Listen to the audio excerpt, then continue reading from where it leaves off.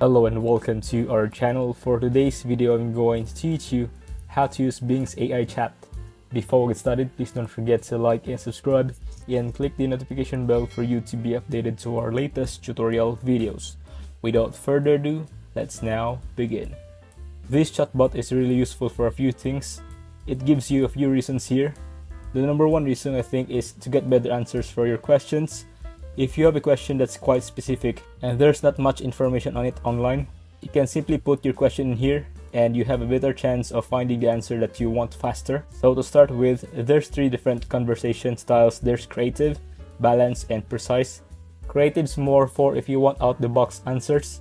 Balance is more for if you just wanted to have a conversation with it, and precise, I'd say, is the best for getting specific answers.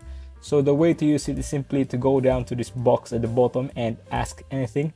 Now the good thing about this chatbot is it's up to date with current news, so other chatbot like ChatGPT will be trained up until 2021, whereas this has current news, so you could say what's the time now in UK, right now, searching, and there you go. Tells me the exact time, the day, and it shows what time zone I'm in also. So after you ask a question, it gives you links below from where it actually took the information from, and it also gives you follow-up questions if you wanted to add something else.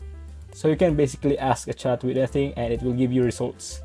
This can be really useful for work, school, or even just answering any general questions you may have, and they're simply as easy as asking it.